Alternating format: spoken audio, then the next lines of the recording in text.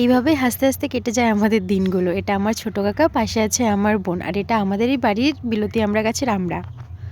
Hi guys, আমাদের কাকা এখন আমাদের জন্য আমড়া মাখাচ্ছে। তোমরা প্লিজ লাইক শেয়ার কমেন্ট করে দিও।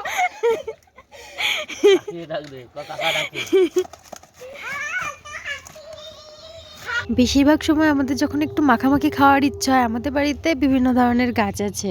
পেঁপে মাখা করেছিলাম কিছুদিন আগে, খুবই বাজে মাখা করেছিলাম, আর কাকা খুবই সুন্দর মাখায়। তো আমরা সবসময় কাকার জন্য অপেক্ষা করি, কাকা আসবে কখন, তারপরে আমাদের মাখিয়ে দেবে, তারপরে আমরা খাবো। আর সত্যি বলতে কাকা দুর্দান্ত মাখা করে।